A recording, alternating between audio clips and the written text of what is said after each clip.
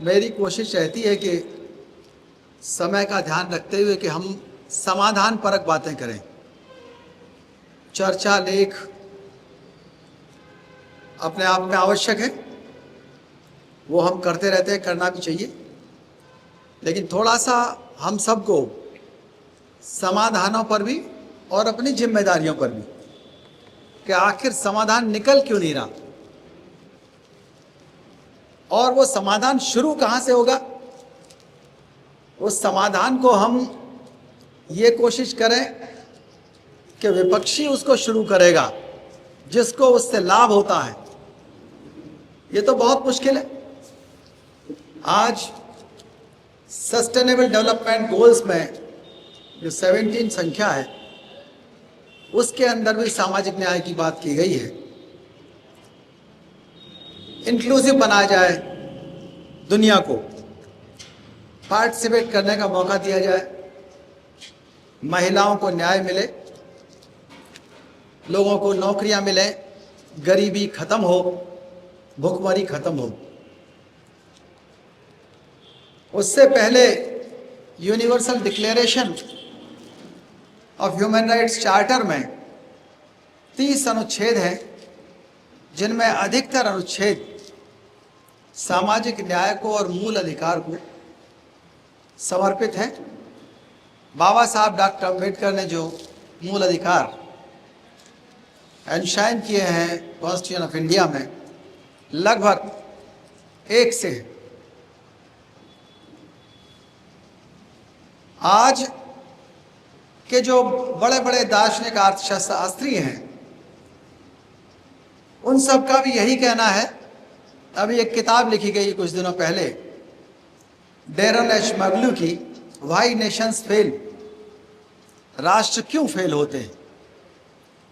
उसके अंदर ये सिद्ध किया गया कि जब सरकारें इंक्लूसिव नहीं होती, लोगों को साथ लेकर नहीं चलती, तो वो राष्ट्र फेल हो जाते हैं। अभिजीत बनर्जी और एस्टर डफलो जो नोबेल लॉरिएट हैं, उन्होंने अपने रिसर्च में, और उनकी किताब है पुअर इकोनॉमिक्स, उसमें भी ये सिद्ध किया है कि हमको सबको लेकर चलना पड़ेगा। अमर्त्य सेन ने बाबा साहब अम्बेडकर को अपना पिता माना अर्थशास्त्र के क्षेत्र में, और जो बाबा साहब ने कहा था कि हमको अकेले राजनीतिक स्वतंत्रता से, समानता से काम नहीं चलेगा, हमको लोकतंत्र स्थापित करना पड़ेगा, सामाजिक और आर्थिक भी। इन्हीं चीजों को अमर्त्य सेन आगे कहते हैं कि बाजार का विकास अगर समाज को बिना साथ लिए चलता है तो वो साथ नहीं चल पाएगा। बुद्ध के मस्तिष्क में बहुत पहले आया था कि मुझे ज्ञान तो प्राप्त हो गया, लेकिन मैं क्या करूं, जंगल में चला जाऊं या इस ज्ञान का कुछ लाभ दूं। शिक्षा में थ्योरी है एक प्रैग्मेटिज्म की, उस प्रैग्मेटिज्म के सबसे पहले जो एग्जीक्यूटर हैं वो महामानव बुद्ध हैं। उन्होंने कहा इस ज्ञान का लाभ मैं समाज को क्यों ना दूं। तो अपने एंटाइटलमेंट का जो लाभ है उन्होंने समाज को देना शुरू किया। मॉडर्न वर्ल्ड में प्रैग्मेटिज्म को जॉन डीवे प्रतिपादित करते हैं, जिन्हें बाबा साहब डॉक्टर अम्बेडकर गुरु मानते थे। और इंडिया में जो राइज ऑफ प्रैग्मेटिज्म है वो डॉक्टर अम्बेडकर के साथ होता है कि हमने जो पढ़ा लिखा है, जो हमने हासिल किया, उसको हम अपने देश को, अपने समाज को दें। इस देश के अंदर ये चिंता लोगों को रही बुद्ध के बाद भी कि आखिर पब्लिक का कैसे वेलफेयर किया जाए। मौर्यन स्टेट में सम्राट अशोक ने पूरे देश के अंदर पत्थरों पर लिखवाया कि जनता के लोग मेरे परिवार की तरह हैं। बाद में ऋषि मुनि हुए, गुरु शिरोमणि रविदास, उन्होंने भी कहा कि मुझे बेगमाबाद की स्थापना करनी है। बेगमाबाद का मतलब यही था कि जहां गम ना हो, सब लोग खुश रहें। आज हैप्पीनेस इंडेक्स के बहुत बड़े इंग्रेडिएंट्स रहते हैं। कबीर का भी यही बाल जो दर्शन था वो यही था कि लोग, समाज के लोग चाहे कहीं भी हों, वो समाज के लोग सवाल करें। विदेशों से जो लोग आए उन्होंने यहाँ आकर के देखा कि यहाँ मस्तिष्क वाले, बुद्धि वाले, तर्क वाले लोग बहुत ज़्यादा हैं, लेकिन उनका ये मानना है कि उनके जैसे राजा कहीं नहीं है, उनके जैसा धर्म कहीं नहीं है। ये सीखने सिखाने में विश्वास नहीं करते।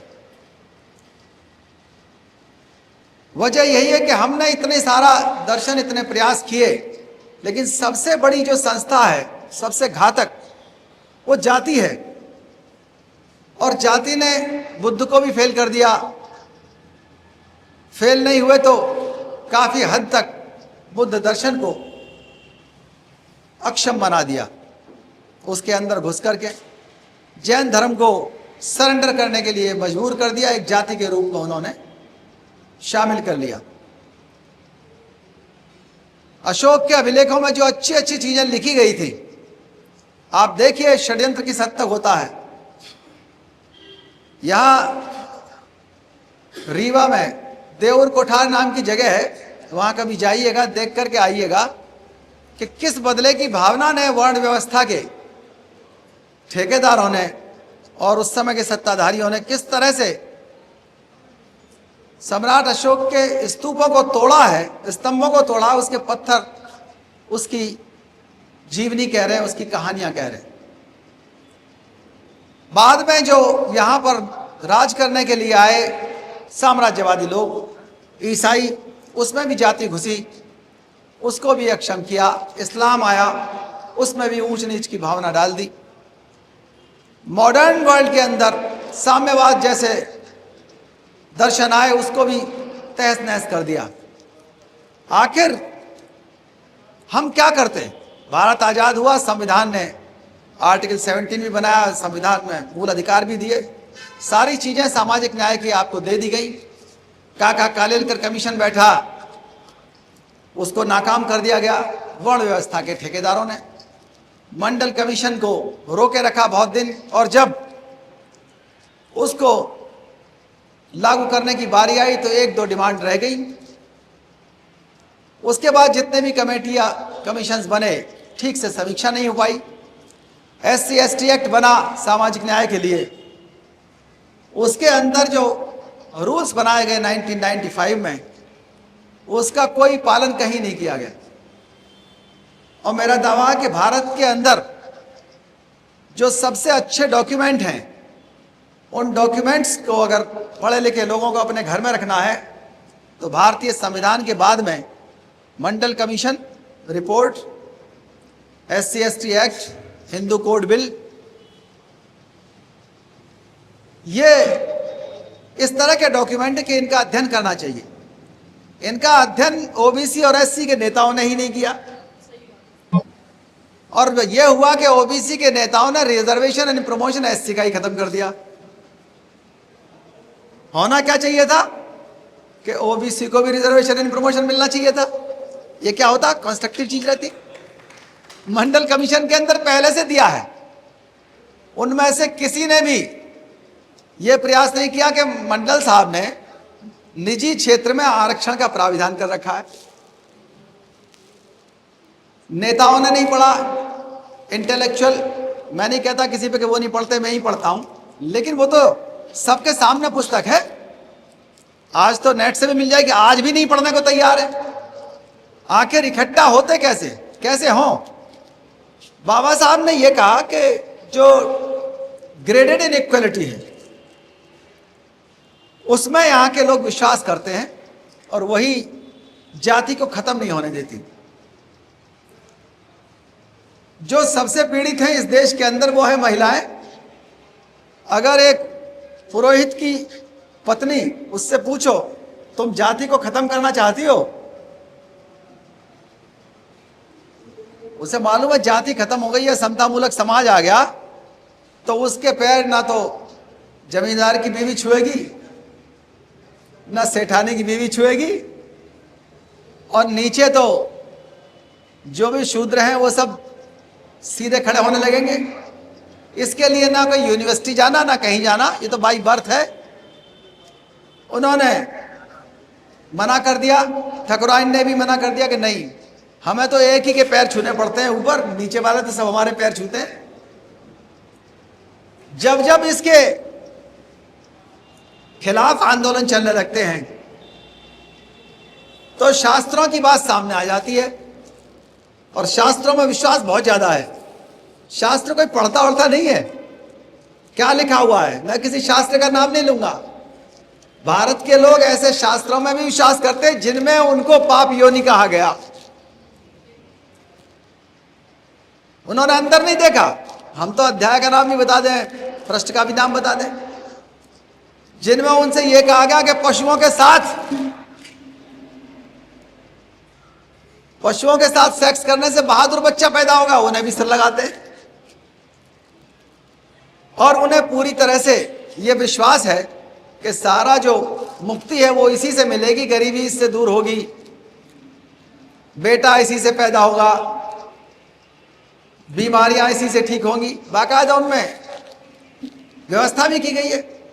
कोरोना का इलाज कर रहे हैं किस चीज से? कोरोना का इलाज कर तो रहे हैं डोलो खा खा करके। विश्वास किस चीज में है? किसी एक जानवर के, आप जानते हो ज्यादा। सुप्रीम कोर्ट और हाई कोर्ट के जज भी कह रहे हैं नहीं साहब, इससे पीने से कोरोना भी खत्म हो जाता है और कैंसर भी खत्म हो जाता है। वो लिख के दे रहे हैं कि नहीं, एस्ट्रोलॉजी भी और वास्तुशास्त्र भी पढ़ाने के लायक है। वो ऐसा इसलिए नहीं कह रहे, उनको जाति व्यवस्था को, वर्ण व्यवस्था को बनाए रखना है। बार बार कहेंगे कि नहीं साहब, वर्ण व्यवस्था बड़ी अच्छी चीज है, वर्ण व्यवस्था, जाति व्यवस्था, उपजाति व्यवस्था सब एक ही। तर्क क्या है उनका वर्ण व्यवस्था के साथ? वो कहते हैं साहब, जो काम जिसको ज्यादा अच्छा आता था उसको वो काम दिया जाता था। तो अभी एक बहुत बड़े वर्ण व्यवस्था के ठेकेदार मिले, मैंने उनसे पूछा कहीं कोई ट्रेनिंग सेंटर था क्या कि सबको छूट दी जाए, जो चाहे तलवार चलाना सीख लो, जो चाहे घोड़ा चलाना सीख लो, और जो चाहे दुकानदारी सीख लो, जो चाहे सेवा करना सीख लो। कहीं ट्रेनिंग सेंटर का जिक्र है कहीं किसी ग्रंथ में? बस आप नहीं, ऐसा तो नहीं है। हमने कहा कोई एग्जामिनेशन का कोई हो कि सबको खुली छूट है और उसमें एग्जामिनेशन होगा और उसके बाद डिक्लेयर किया जाएगा कि तलवारबाज और घोड़ा चलाना विद्या गौतम अच्छा जानती हैं और इनको क्षत्रिय घोषित किया जाएगा। देवेंद्र जी पीएचडी है, डॉक्टर बीपी अशोक पीएचडी और डीलिट है। अच्छा ठीक डॉक्टर, चलो। तो इनको जो है साहब ब्राह्मण घोषित किया जाएगा। ऐसी कोई व्यवस्था कभी नहीं थी। वर्ण व्यवस्था भी और साफ साफ लिखा भी है उन ग्रंथों में, लेकिन जब आपसे कह देते हैं ये तो आपके पिताजी ने कहा था, तो आप कहेंगे नहीं यार, पिताजी ने कहा था तो बिल्कुल सही कहा होगा, आपके चाचा ने कहा, ताऊ ने कहा, या आपके आइकॉन ने कहा, वो चाहे ऐतिहासिक थे या नहीं थे वो बहस अलग है। तो आइकॉन की बात तो जरूर मानेंगे हम, चाहे साइंस की बात ना माने। पंखा जरूरी है, एसी जरूरी है, घड़ी जरूरी, चश्मा जरूरी, मोबाइल जरूरी, कंप्यूटर जरूरी, लेकिन बात विश्वास, आस्था दादी माँ के नुस्खे में है या स्नान करने में है? तो पाप तो जो हमने कर रखे हैं वही धुलेंगे भाई, पाप ऐसे खत्म नहीं होंगे। तो जेल वेल तो बंद कर देनी चाहिए। कहाँ जेल में कर रहे हो?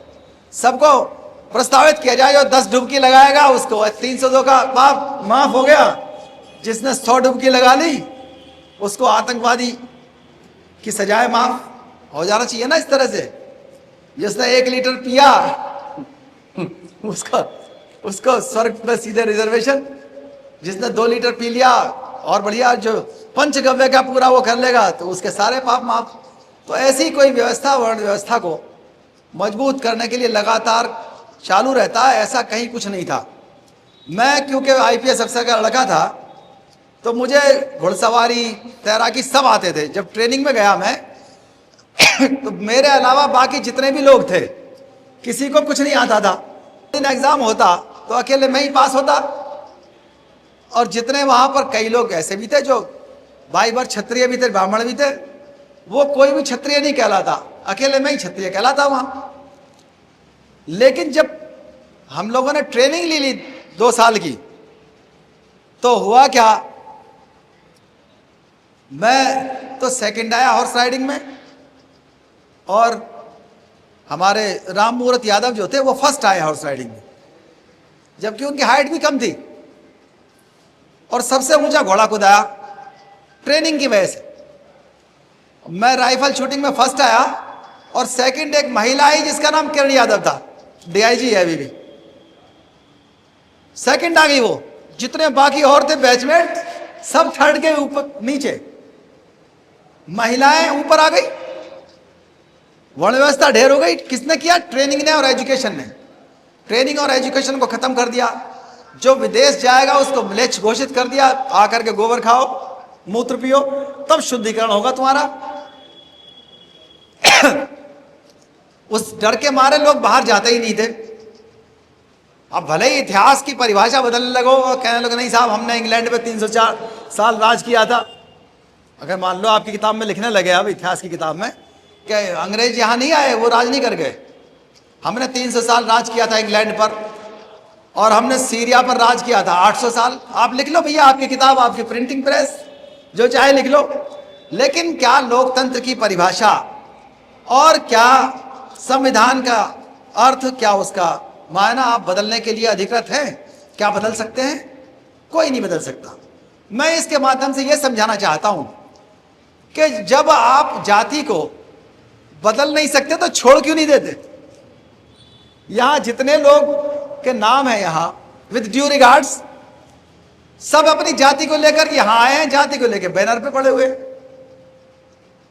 क्या कोई बहुजन एकता नाम की चीज आप खड़ी कर सकते हैं? पहले जाति छोड़ने को तैयार तो हो, तब तो बहुजन एकता होगी। जाति ने जब बुद्ध को खत्म कर दिया, अशोक के अभिलेखों को तोड़ दिया, आप क्या चीज हैं? आज वो संविधान को ध्वस्त करने में लगी है, वर्ण व्यवस्था पूरी तरह से, वो आपकी नहीं हो सकती। और अगर आपको गर्व है कि हमें तो अपनी जाति पर गर्व है, ये गर्व आपको सिखाया गया है। कई लोग कहेंगे साहब हमें चमार होने पर गर्व है। अभी कल परसों एक ने कहा हमने चमार को ब्रांड बना दिया। हाँ, चमार बना दिया। उन्होंने कहा हमने चमार को ब्रांड बना दिया। जाति ब्रांड तुम्हारे लिए नहीं बन सकती, ब्रांड उसके लिए बनेगी जिसने उसको बनाया है। जाति भी और वर्ण भी, और उनके अर्थ डिक्शनरी में है। वो आप ये कहने लगे नहीं साहब हम तो इसका अर्थ बदलेंगे। डिक्शनरी में चमार का, पासवान का, शूद्र का, इनका अर्थ लिखा हुआ है। उसको बदलने की ताकत दुनिया में किसी की नहीं। गूगल पे भी बदल नहीं पाओगे, चैट जीटीपी भी नहीं बदल पाओगे, कितने ही स्वाभिमानी हो जाओ। समता मूलक समाज की स्थापना करने के लिए उनको आपको छोड़ना ही पड़ेगा। वो आपके गर्व का कारण नहीं हो सकते, और जाति के आधार पर आपका सिर्फ अपमान हो सकता है, क्योंकि आपको वो दी इसलिए गई। पहले जाति सूचक नाम नहीं लिखे जाते थे। जब शहरीकरण हुआ अंग्रेजों के आने के बाद, ज्यादा इंडस्ट्रियलाइजेशन हुआ, वेस्टर्नाइजेशन भी हो गया। अब यहां पर काले गोरे का रंग भेद तो बहुत ज्यादा है नहीं। हर बिरादरी में एक से एक काले हैं, एक से एक लंबे, एक से एक खूबसूरत, एक से एक गोरे चिट्टे सब हैं। तो उन्होंने कहा अब इसको कैसे बचाया जाए अपने बच्चों के इंटरेक्शन से। बंबई, दिल्ली में, क्योंकि वहाँ स्वच्छकार भी गांव से आएंगे, चर्मकार भी गांव से आएंगे, बाकी किसान भी, ओबीसी वाले भी सब लाएंगे। तो उन्होंने फिर अपना भी उपनाम बदल रखना शुरू कर दिया, औरों का भी नाम, जो आए थे बाहर जिनके पास नाम नहीं था उन्हें भी दे दिया कि भैया तुम हमारे एक ऋषि मुनि को हम कुर्बान किए दे रहे उस ऋषि मुनि को तुम्हारी तरफ से हमने छोड़ दिया, तुम इसका नाम लिखो, कम से कम तुम्हारी पहचान तो रहेगी। अब वो उसे लिए लिए घूम रहे, नहीं साहब ये तो हमारे थे, इन्होंने बड़े बड़े धर्म ग्रंथ लिखे। अब उनसे पूछे कि अभी 5-7 मिनट और, उनसे पूछे कि भाई जब पढ़ने का अधिकार नहीं था, स्कूल जाने का अधिकार नहीं था, तो ग्रंथ कौन लिख देगा और तुम्हारा ग्रंथ कौन पढ़ता? ये सब चीजें इसलिए है कि जाति और उपजाति तो ये छोड़नी पड़ेगी। आप चाहें कि जो दूसरे ने दिया है उसको सिर पर बिठा करके आप उससे लड़ने लगें, आपको विपक्षी कोई हथियार दे दे, आप क्या कर सकते हैं? उस विपक्षी के पास उसकी काट पहले से है। वो जब कहता है कि हाँ तुम ये हो और तुमने स्वीकार कर लिया, तो आपने उसका जो ब्लैक होल है जाति का, उस ब्लैक होल में आप घुस गए अंधविश्वासों के माध्यम से। इस चर्चा को मैं कंक्लूड इसलिए करना चाहूंगा कि हमको जाति छोड़नी पड़ेगी, जाति छोड़ करके ही बहुजन एकता होगी। संवैधानिक नाम SC ST OBC है। जब तक सांस्कृतिक परिवर्तन नहीं होता, जब तक बुद्ध की बात नहीं मानी जाएगी, और बुद्ध की बात क्या है? पंचशील की बात है, पूरी दुनिया मानती है आज। मध्यम मार्ग आप और हम सब मानते हैं। विज्ञान हम और आप बुद्ध की बात में और कुछ नहीं है, कोई बुद्ध विहार जाने की जरूरत नहीं है। बुद्ध की बात का मतलब है कि आप विज्ञान में विश्वास करो, कार्य कारण में विश्वास करो, पंचशील में विश्वास करो, मध्यम मार्ग में विश्वास करो। कोई पूजा पाठ, चरण स्पर्श, संस्कार कुछ भी नहीं है बुद्ध के, वो सब बाद में बनाए हुए हैं। वो करो या ना करो बात दूसरी है। तो यार बिना सांस्कृतिक परिवर्तन के आप वैज्ञानिक सोच वाले नहीं हो सकते, और जिनकी सोच वैज्ञानिक नहीं है वो लोकतंत्र को नहीं बचा सकते। वो झूठ बोलने वाले, कथा बांचने वाले, मूर्ख बनाने वाले, ठगी करने वाले, अंधविश्वास फैलाने वाले लोगों के पीछे ही जाएंगे, और वो आपको कभी सर पे बिठा नहीं सकते, क्योंकि उनकी व्यवस्था सिर्फ और सिर्फ आपका अपमान और आपको शोषण करने के लिए है। अब आपकी ताकत कहाँ है? आप हल कैसे करें? कैसे आप समतामूलक समाज बनाएंगे? कैसे सत्ता परिवर्तन होंगे? कैसे सत्ता में आप बैठेंगे? कैसे भागीदारी होगी? एक तो ये निश्चित है कि कभी भी एक जाति की या एक उपजाति की सरकार कभी नहीं बनने वाली। कोई ना कोई विपक्ष में रहेगा, कोई ना कोई पक्ष में रहेगा, लेकिन संविधान बचना चाहिए, देश बचना चाहिए, समतामूलक समाज बनना चाहिए। उसके लिए आपको त्याग करना पड़ेगा और आपको स्ट्रेटजी बनानी पड़ेगी। स्ट्रेटजी ये है कि आपको अपने नाम उपनाम बदलने होंगे, आपने आइकॉन्स बदलने होंगे, ऐतिहासिक आइकॉन्स रखिए। आपको अपनी परंपराएं बदलनी पड़ेंगी, आपको अपनी जो ऊर्जा है, जो संसाधन है, जो आपके समय है, वो बचाना होगा। जो लोग साल में 3-4 महीने, भारत के लोग 60 दिन बेकार करते हैं, ChatGPT पर मिल जाएगा इसका डाटा। 60 दिन अंधविश्वासों में खर्च करने वाला देश कभी वैज्ञानिक पैदा नहीं कर सकता।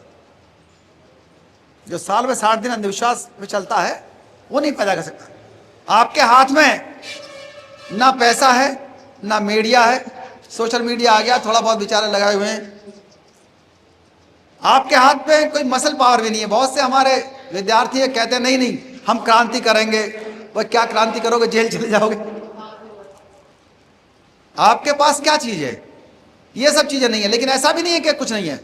आपके पास आपकी ताकत है वोट की ताकत, और दूसरी ताकत है टिकट की ताकत, जिसका आप समर्थन करते हैं। तीसरी ताकत है मैनिफेस्टो। इन तीनों को समझना पड़ेगा। जो वोट की ताकत है, ये तो कसम खाना पड़ेगा आपको कि हम वोट उसी को देंगे जो संविधान का समर्थक हो। सुनाई दे रहा है? हम वोट उसी को देंगे जो आरक्षण का समर्थक हो, जो मंडल रिपोर्ट का समर्थक हो, उसे लागू कराए, जो अंधविश्वासी ना हो, अपराधी ना हो, SC ST एक्ट का भी समर्थक हो, छुआछूत ना मानता हो, लोगों के फोन सुने, लोगों की इज्जत करे, व्यवहार कुशल हो। हम उस संविधान समर्थक को वोट देंगे। और वो संविधान समर्थक कौन है आप जानते हो? संविधान विरोधी कौन है? वो जातिवादी है, अत्याचारी है, आरक्षण का विरोधी है, मंडल कमीशन का भी विरोधी है। तो ये पहचान करना आपको जानना पड़ेगा, और जानना इसलिए पड़ेगा कि आपका भविष्य खतरे में है। आपके पास और कोई ताकत नहीं है। इस वोट की ताकत को आप वहां इस्तेमाल करिए जहां संविधान समर्थक को जाए। दूसरी ताकत है टिकट की ताकत। बहुत से नेता इस देश के अंदर अपने आप को वोटों का ठेकेदार बनाए हुए हैं। मैं एक पार्टी की बात नहीं करता, 4000 पार्टियां हैं, उनमें से 200 पार्टियां बहुजनों की पार्टियां कम से कम हैं। इन पार्टियों पर ध्यान दीजिए किसी भी नेता को ये महसूस मत होने दीजिए कि वो आपके वोटों का ठेकेदार है। अगर वो किसी भी संविधान विरोधी को, आरक्षण विरोधी को टिकट देते हैं तो वो कैंडिडेट आपके किसी भी वोट का अधिकारी नहीं है। संविधान के दुश्मन को ना टिकट दो ना वोट दो। आ रहा है समझ में? तीसरी चीज है मैनिफेस्टो। मैनिफेस्टो होता है पार्टी का घोषणा पत्र। हम किसी भी पार्टी का प्रचार नहीं कर रहे हैं, ये समझ लीजिए आप बिल्कुल। मैनिफेस्टो बना करके पार्टियां पूरी दुनिया के अंदर इलेक्शन लड़ती हैं, और हमारे यहाँ मैनिफेस्टो की पूछ पहले तो बहुत कम थी, 15% थी 2004 में। आज करीब करीब 53% मैनिफेस्टो पे लोग चलने लगे। अब कुछ पार्टियां ऐसी हैं जो कहती हैं हम मैनिफेस्टो बनाएंगे तो लेट बनाएंगे, बहुत लंबा चौड़ा बना देंगे। कुछ पार्टियां कहती है भारतीय संविधान ही हमारा तो मैनिफेस्टो है। ये मूर्ख बनाने वाली बातें हैं। संविधान देश का कानून है जो बन चुका है, उस पर चलना कोई आपका एहसान नहीं है। उस पर तो आपको चलना ही चलना है, मानना ही मानना है। मैनिफेस्टो ये है कि आप क्या चाहते हो। अगर वो मैनिफेस्टो हिस्सेदारी आधारित है, वो SC ST OBC माइनॉरिटी और महिलाओं को अधिकार देता है, हिस्सा देता है, तो मानने की बात है। अब ऐसे लोगों पर हम कैसे विश्वास कर लें जो लोग अपनी माँ, बहन, बेटी, बीवी को अधिकार नहीं देते? क्या उन पर आप विश्वास कर सकते हैं? और यही उन्होंने सबको सिखाया। तो उन पर विश्वास ना करके मैनिफेस्टो की ताकत को पहचानिए। गांव-गांव में मैनिफेस्टो पढ़ना सीखिए। आप अकेले MP MLA नेता नहीं होते।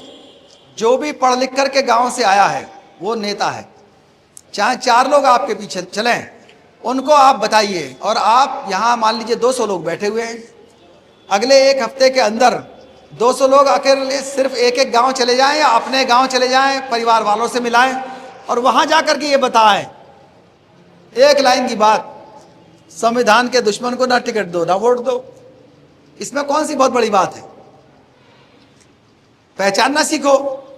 तो इस बात से अकेले आपके देश का संविधान ही बचेगा, समतामूलक समाज की स्थापना भी होगी। और ये हमारा अभियान किसी के खिलाफ नहीं है। संविधान में तो सबको स्थान मिला है ना, ये तो एक सॉल्यूशन है। औरों की सबकी परंपराएं, उत्सव सब एक समस्या खड़ी करते थे। संविधान एक CMP है और उस सॉल्यूशन में सबका कल्याण है।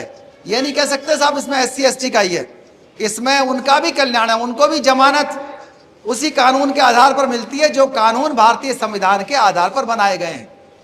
अपराधी को भी फायदा है, सबको फायदा है उसमें। लेकिन जिन लोगों का हिस्सा छीना गया, जिनके साथ सामाजिक अन्याय हुआ, उनको सामाजिक न्याय मिलेगा।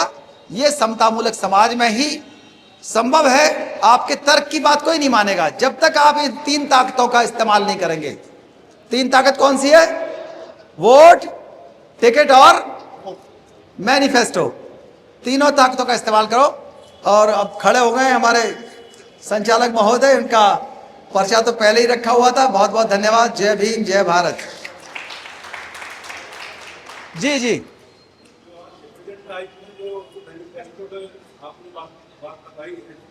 जाति जनगणना जो कांग्रेस मांग कर रही है, कितना उचित है या राजनीतिक न्याय है या सामाजिक न्याय?